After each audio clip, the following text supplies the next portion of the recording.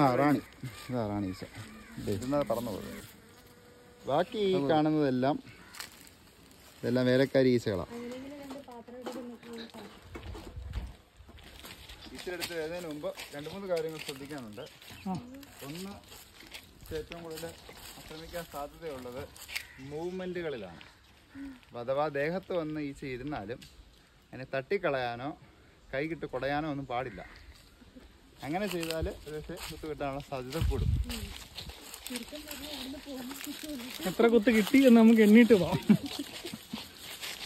അങ്ങനെയുള്ള കാര്യങ്ങളൊക്കെ ഒന്ന് ശ്രദ്ധിച്ചാൽ ചിലപ്പോൾ ഈച്ച തട്ടിയിടുമ്പോഴും ഒക്കെ നമ്മുടെ ദേഹത്തൊക്കെ വന്നിരിക്കും. അപ്പോൾ അന്നേരം അതിനെ തട്ടിക്കളയാനോ, ഇത് നൊന്താലേ ഇത് കുത്തത്തുള്ളൂ. ഇതാണ് കൂട്. ഇത് ഉറുമ്പ് കയറാതിരിക്കാനുള്ള സെറ്റപ്പാണല്ലേ? ഉറുമ്പ് കയറാതിരിക്കാനാണ് താഴെ ഇങ്ങനെ വെള്ളം നിറച്ചിട്ട് വെച്ചിരിക്കുന്നത്. ആ വെള്ളത്തിനകത്ത് എന്തെങ്കിലും ഇടുമോ അതോ? സാധാരണ നമ്മൾ വെളിച്ചെണ്ണ വല്ല ഒഴിച്ച് വെക്കും. അതെന്താണെന്ന് വെച്ചാൽ ഈ കുത്താടി വരാതിരിക്കാൻ. ഇതിപ്പം ഒഴിച്ചിട്ടില്ല, ഒഴിച്ച് വെക്കണം. അത് ഇനി കുറച്ച് അകത്തി ഇപ്പം വെച്ചിരിക്കുന്നത് എന്തിനാന്ന് ചോദിച്ചു കഴിഞ്ഞാൽ കുറച്ച് എയർ സർക്കുലേഷൻ കൂടാൻ. എവിടെ ഇത് ഗ്യാപ്പുണ്ടോ ഇതിനകത്ത്? അതായത് ഇതിൻ്റെ ഒരു തിയറി എന്ന് പറഞ്ഞാൽ ഈ ഈച്ചകൾ ഇതിനകത്ത് മുട്ടയിട്ട് വിരിഞ്ഞിറങ്ങാൻ ഒരു ടെമ്പറേച്ചർ ആവശ്യമാണ്. ആ ടെമ്പറേച്ചർ കൂടിയാലും പ്രശ്നമാണ്, കുറഞ്ഞാലും പ്രശ്നമാണ്.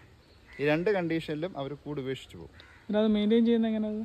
അതായത് ചൂടുള്ള സമയത്ത് നമ്മൾ മാക്സിമം അതിനെ കൂളാക്കാനുള്ള കാര്യങ്ങൾ ചെയ്തു കൊടുക്കും. അതിനാണ് നമ്മൾ ഈ ഗ്യാപ്പ്, അവിടെ ഗ്യാപ്പ് കൂടും. താഴെ ചെന്നാൽ കാണാം മുകളിൽ വേറെ വേറെ തട്ട് ഫ്രീ ആയിട്ട് വെക്കും. ഇതിനകത്തെ എയർ ഗ്യാപ്പ് കൂടാൻ വേണ്ടിയാണ്. എന്നിട്ട് അതേപോലെ മുകളിൽ ഈ പാള അല്ലെങ്കിൽ ഓല മെടഞ്ഞ് കിട്ടും. എന്നിട്ടും ഈ ചൂട് കൺട്രോൾ ചെയ്യാൻ പറ്റുന്നില്ലെങ്കിൽ നമ്മൾ ഈ ചണച്ചാക്കൊക്കെ നനച്ചിടും. അപ്പം ചൂടുള്ള സമയത്ത് മാക്സിമം ഇതിനെ കൂൾ ചെയ്യണം. മഴക്കാലത്ത് ചൂടാകാൻ രീതി ഫുള്ള് പ്ലാസ്റ്റിക് ഇട്ട് പൊഴിഞ്ഞ് ഭംഗിയായിട്ട് വരണം. ഇവർക്ക് മെയിൻറ്റെയിൻ ചെയ്തോണം. അത് ചെയ്യണം, മെയിൻറ്റെയിൻ ചെയ്യണം. അത് ഇവർക്കെന്ന് പറഞ്ഞാൽ ഞാൻ പറഞ്ഞില്ലേ, ഈ ഇതിൻ്റെ മുട്ടയിടുന്ന മുട്ട വിരിഞ്ഞിറങ്ങണമെങ്കിൽ ഒരു ടെമ്പറേച്ചർ ആവശ്യമാണ്. എത്ര ടെമ്പറേച്ചർ അവർ പറയുന്നത്? നമ്മുടെ ബോഡി ടെമ്പറേച്ചർ തന്നെയാണ് 37 ഡിഗ്രി 37 ആ ഒരു ഡിഗ്രി ടെമ്പറേച്ചർ ആവശ്യമാണ്. അത് കൂടിയാലും പ്രശ്നം, കുറഞ്ഞാലും പ്രശ്നം. കൂടിക്കഴിയുമ്പോൾ അതായത് ഈച്ചകൾ സ്വാഭാവികമായിട്ടും ഒത്തിരി പെരുകുന്ന സമയത്ത് ടെമ്പറേച്ചർ ഇവർക്ക് മെയിൻറ്റെയിൻ ചെയ്യാൻ കഴിയാത്ത വിധം കൂടും. ആ സമയം എന്ത് ചെയ്യും? ഇവർ മടിയനീച്ച, അതായത് ആണീച്ചയെ കൂടുതലായിട്ട് ഉൽപ്പാദിപ്പിക്കും. അങ്ങനെ ഈ കൂട് സെറ്റ് വിരിഞ്ഞു പോകും. ഇതിനകത്ത് ഞാൻ കാണിച്ചത് ആണീച്ചയ്ക്ക് ഇതിനകത്ത് റോളെന്ന് പറഞ്ഞാൽ ഒറ്റ റോളേ ഉള്ളൂ. റാണി ഉണ്ടാകുമ്പോൾ മാത്രമേ ആണീച്ചയുടെ ആവശ്യമുള്ളൂ, അല്ലാത്ത സമയത്ത് ആണീച്ചയുടെ ആവശ്യമില്ല. 3 ടൈപ്പ് ഈച്ച ഇതിനകത്തുള്ളത്. 1 ഈ റാണി ഈച്ച, 2 വേലക്കാരി ഈച്ച, 3 ആണീച്ച. ഇനി 3 ഈച്ചയും കാണിച്ചു തരാം. റാണി ഈച്ചയും വേലക്കാരിയും ആണീച്ച.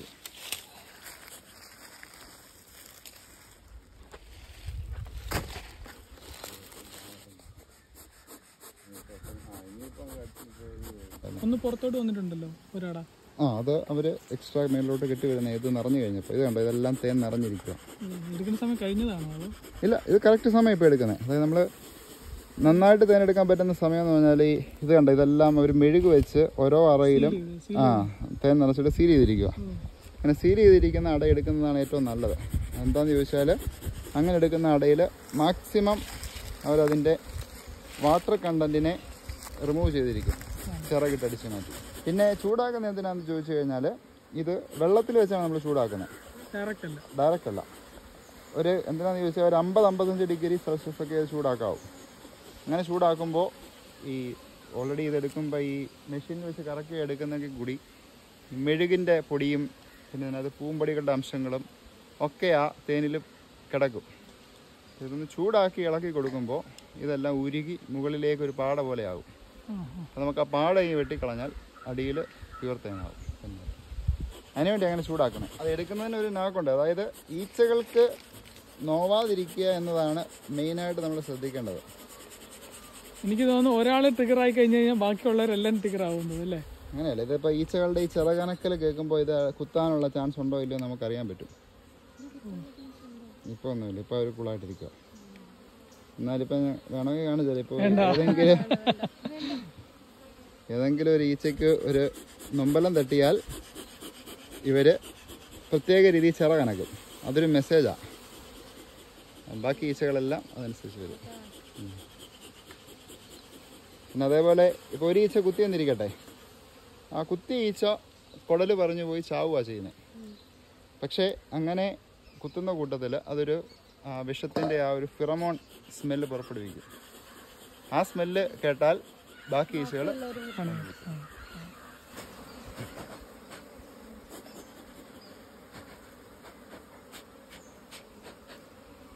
ഞാനിത്ര കൂളായ എന്താണെന്ന് ചോദിച്ചാൽ ഞാൻ 10ാം ക്ലാസ്സിൽ പഠിക്കുന്ന സമയം മുതൽ എൻ്റെ പറയുണ്ട്.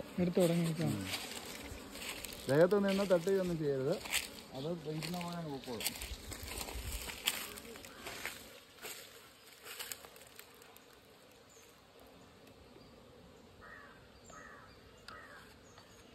പപ്പേനെ സീല് പൊട്ടിക്കുകയാണ്. സീല് പൊട്ടിക്കുക. സീല് പൊട്ടിച്ചിട്ട് വേണം ഈ മെഷീൻ അത് കറക്കാൻ, എങ്കിലേ അത് തേൻ വീഴത്തുള്ളൂ. നമ്മൾ ജസ്റ്റ് അത് വെച്ചാൽ മതിയോ അതോ എന്തെങ്കിലും കെട്ടി വല്ലതും വെക്കണോ അതിനകത്ത്? കെട്ടിയത് നമുക്കുണ്ട്, അതിനകത്ത് വെച്ച് കാണിച്ചു തരാം. അപ്പോൾ സെൻട്രിഫ്യൂഗൽ ഫോഴ്സ് എന്ന് പറയും. നമ്മളിങ്ങനെ കറക്കുമ്പോൾ ഓട്ടോമാറ്റിക്കലി അതിൻ്റെ ചുറ്റും ഒരു ഫോഴ്സ് വരുമല്ലോ. അതിലെ ഓരോ അടയിൽ ഇരിക്കുന്ന തേൻ തെറിച്ച് പാത്രത്തിലെ സൈഡിൽ വീഴും. അതെ, ഭിത്തിയിൽ അടിച്ചിട്ട് കീപ്പോട്ട് ഒഴുകി ഇറങ്ങുക. രണ്ട് സൈഡിലും സീല് പൊട്ടി, രണ്ട് സൈഡിലും സീല് പൊട്ടി ഇങ്ങനെ അടയൊക്കെ അതിലേക്കൂടെ ഗ്യാപ്പുള്ളിടത്തൂടെ കിട്ടും. അതിലും ഒരു തേൻ നിറയ്ക്കും. ഇതിൽ ഇന്നിപ്പോൾ ചോദിച്ചില്ല എന്താ പൊട്ടിയിരുന്നേന്ന്. ഇതാ ഇതിൻ്റെ ഇടയ്ക്ക് ഗ്യാപ്പ് ഉണ്ടായപ്പം അത് അവർ കെട്ടി കഴിച്ചതായത്. സാധാരണ ഇവര് നോർമലി 5 ഫ്രെയിമാണ് ഇതിൻ്റെ മുകളിൽ വെക്കുന്നത്. 5 ഫ്രെയിമാണ് മുകളിൽ വെക്കുന്നത്.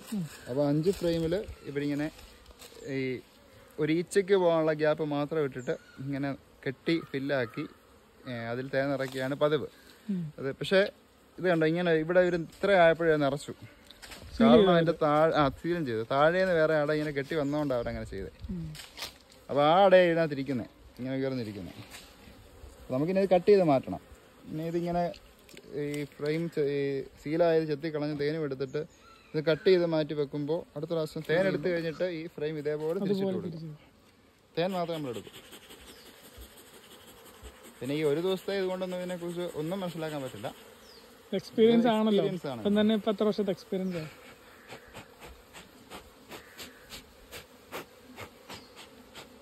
ഞാൻ ഇപ്പോൾ എല്ലാ ഇനം ഈച്ചകളെയും കൈകാര്യം ചെയ്തു. എല്ലാ ഇനം എന്ന് പറഞ്ഞാൽ പെരുന്തേനീച്ച മുതൽ ചെറുതേനീച്ച വരെ. ഇത് പെരുന്തേനീച്ചയല്ലേ? അല്ല, പെരുന്തേനീച്ച എന്ന് പറഞ്ഞാൽ ഈ മരത്തിന്റെ മുകളിലും പാറക്കെട്ടിലുകളിലും ഒക്കെ ഇങ്ങനെ തൂങ്ങി വലിയ കെട്ടിടങ്ങളുടെ മുകളിലൊക്കെ തൂങ്ങിയിരിക്കുന്നത്. അത് ഇതിനേക്കാളും വലിയ ഈച്ചയാണ്. കോലീച്ച എന്ന് പറയുന്നത് ഇതിലും ചെറിയ ഈച്ചയാണ്. അതിനൊറ്റ അടയുണ്ടാവും. അപ്പോൾ ഈ കൂടുകൾക്കെല്ലാം 5-6 അടയുണ്ടല്ലോ. ഈ കോലീച്ചയ്ക്കും പെരുന്തേനീച്ചയ്ക്കും ഒറ്റ അടയെ അവർ കിട്ടും. അതാണ് നമ്മൾ ഈ റബ്ബറയിലൊക്കെ ചിലപ്പോൾ ഇങ്ങനെ റബ്ബറയിലൊന്നും വലിയ കെട്ടിടത്തിനാണ്. അതിന് നമുക്ക് ഈ 2 ഈച്ചകളെ നമുക്ക് വളർത്താൻ കൊള്ളില്ല, വളർത്താൻ പറ്റില്ല. ഇതിന്റെ ബിഹേവിയർ ആയിരിക്കത്തില്ല അതിനല്ലേ? അതോ അത് ഒത്തിരി വൈൽഡ് ആയിരിക്കും. 4 വെക്കാം, 3 വെക്കാം.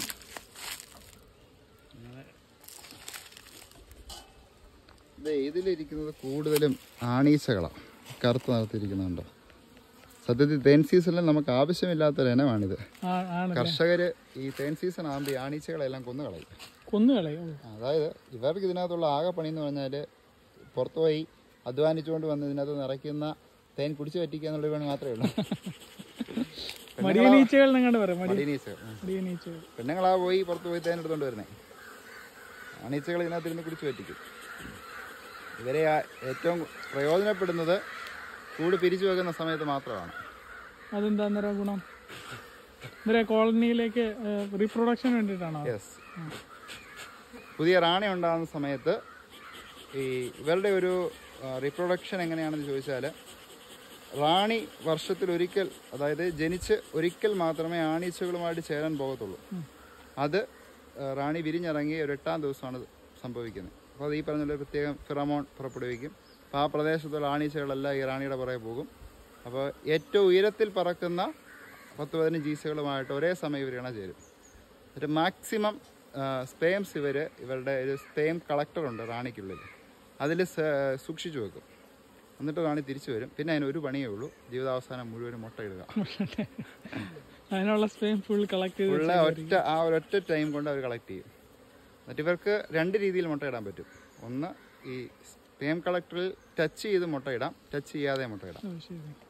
ടച്ച് ചെയ്തിരുന്ന മുട്ടയെല്ലാം പെണ്ണീച്ചയായിരിക്കും. ടച്ച് ചെയ്യാതെ ഇടുന്ന മുട്ടയെല്ലാം ആണീച്ചയായിരിക്കും. അങ്ങനെയാണ് ജെൻഡർ മാറുന്നത്. അതെ. അപ്പോൾ ഇവർക്ക് ഈ വേലക്കാരി ഈച്ചകളാണ് തീരുമാനിക്കുന്നത് റാണി ഏത് മുട്ട ഇടണമെന്നുള്ളത്.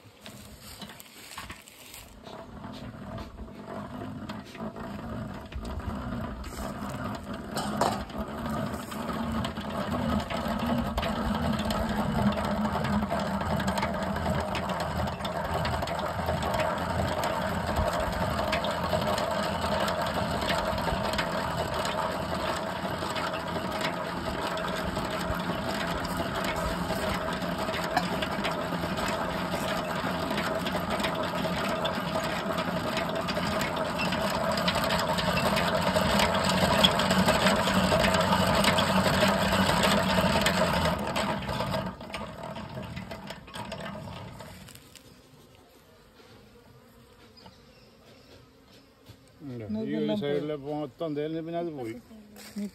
ഇപ്പുറത്തെ സൈഡിലെ പോയി. തിരിച്ചു വെക്കും ഇങ്ങനെ. ഇത് ബ്രൂഡ് ചേമ്പർ എന്ന് പറയും. ഇതിനകത്താണ് പുതിയ ഈച്ചകൾ വിരിഞ്ഞിറങ്ങുകയും റാണി മുട്ടയിടുകയൊക്കെ ചെയ്യുന്ന തട്ട്. ഇതിന് മുകളിലോട്ട് മാത്രമേ അവർ തേൻ വെക്കുകയുള്ളൂ. ഇത് പുതിയ ഈച്ചകൾ വിരിഞ്ഞിറങ്ങാനുള്ള ഒരു സെല്ലുകളാണിത്. ഇതിൽ 2 ടൈപ്പ് സെല്ലുകൾ കാണാം. ഇങ്ങനെ അല്പം ബൾജ് ചെയ്തിരിക്കുന്ന സെല്ലുകൾ കണ്ടോ? ഇതെല്ലാം ആണീച്ചയുടെ സെല്ലുകളാണ്. ഇത് വിരിഞ്ഞിറങ്ങുന്നതെല്ലാം മടിയനായിരിക്കും.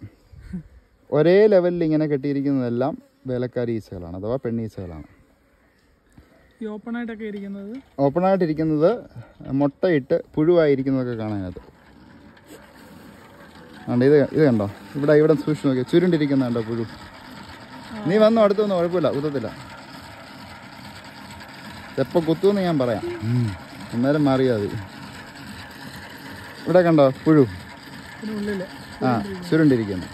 ഇതിൻ്റെ ഈ കാലിയായിട്ട് കിടക്കുന്ന ആ ഒരു ഹോളിലേക്ക് നോക്കിയാൽ മുട്ടയും കാണാം അതിനകത്ത്.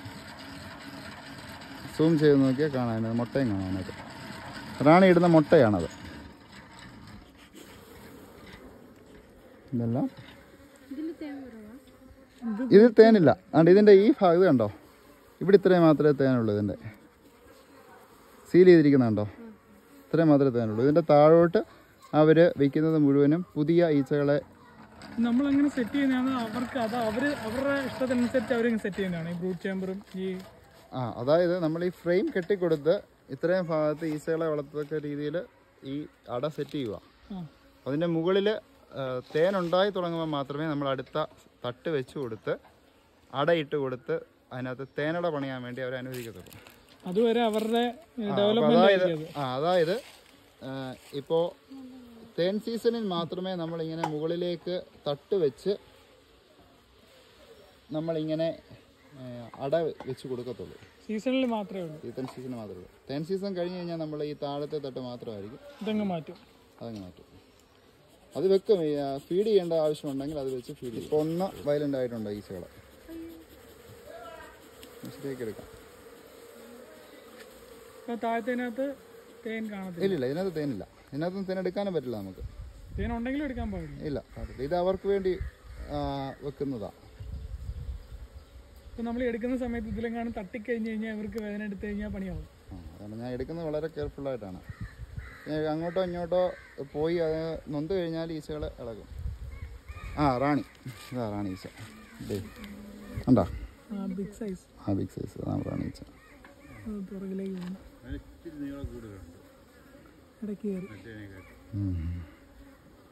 ഇപ്പം 3 ടൈപ്പ് ഈച്ചയും കണ്ടല്ലോ. റാണിയും കണ്ടു, വേലക്കാരിയും കണ്ടു, റാണീച്ചയും കണ്ടു. ഇത് കണ്ടോ? ഇത് മുഴുവനും മടിയനീച്ചയുടെ സെല്ലാണ്. ഇത് മൊത്തം റിമൂവ് ചെയ്യേണ്ടതാണ് സത്യം. നമ്മൾ ഈ അട മൊത്തത്തിൽ മാറ്റണം. ഇപ്പം റാണി ഇരിക്കുന്നത് കൊണ്ട് നമ്മളിപ്പോൾ അതിനെ സൂക്ഷിച്ച് കൈകാര്യം ചെയ്യണം. പറക്കും റാണി പറക്കും. അവർ കൂട് സെറ്റ് പിരിഞ്ഞ് പോകുമ്പം പറന്ന് തന്നെയാണ് പോകുന്നത്. അപ്പോൾ ഈ റാണിയുടെ കൂടെ എപ്പോഴും ഒരു ഗാർഡിയൻസായിട്ട് ഒരു 10-15 ഈച്ചകൾ കാണും. അതിനാ പറയും, നിങ്ങൾ പ്രാക്ടിക്കലി ഇത് പഠിക്കുമ്പോഴേ നമുക്ക് കുറച്ചുകൂടെ മനസ്സിലാകത്തുള്ളൂ. ആദ്യം നമ്മൾ ഒരു സൈഡ് ഉറപ്പിച്ചിട്ട് അടുത്ത സൈഡ് പതുക്കെ. എൻ്റെ ഒരു ഇതില് ഇതും കൊണ്ട് പോയി കഴിഞ്ഞാൽ അച്ഛൻ മാത്രമേ കാണത്തുള്ളൂ. അതൊരു ഒരാൾ തന്നെ മാറി നിൽക്കുന്നുണ്ടല്ലോ. വീഡിയോ എപ്പോഴും വേണ്ടല്ലോ. കാര്യം നടക്കത്തില്ല.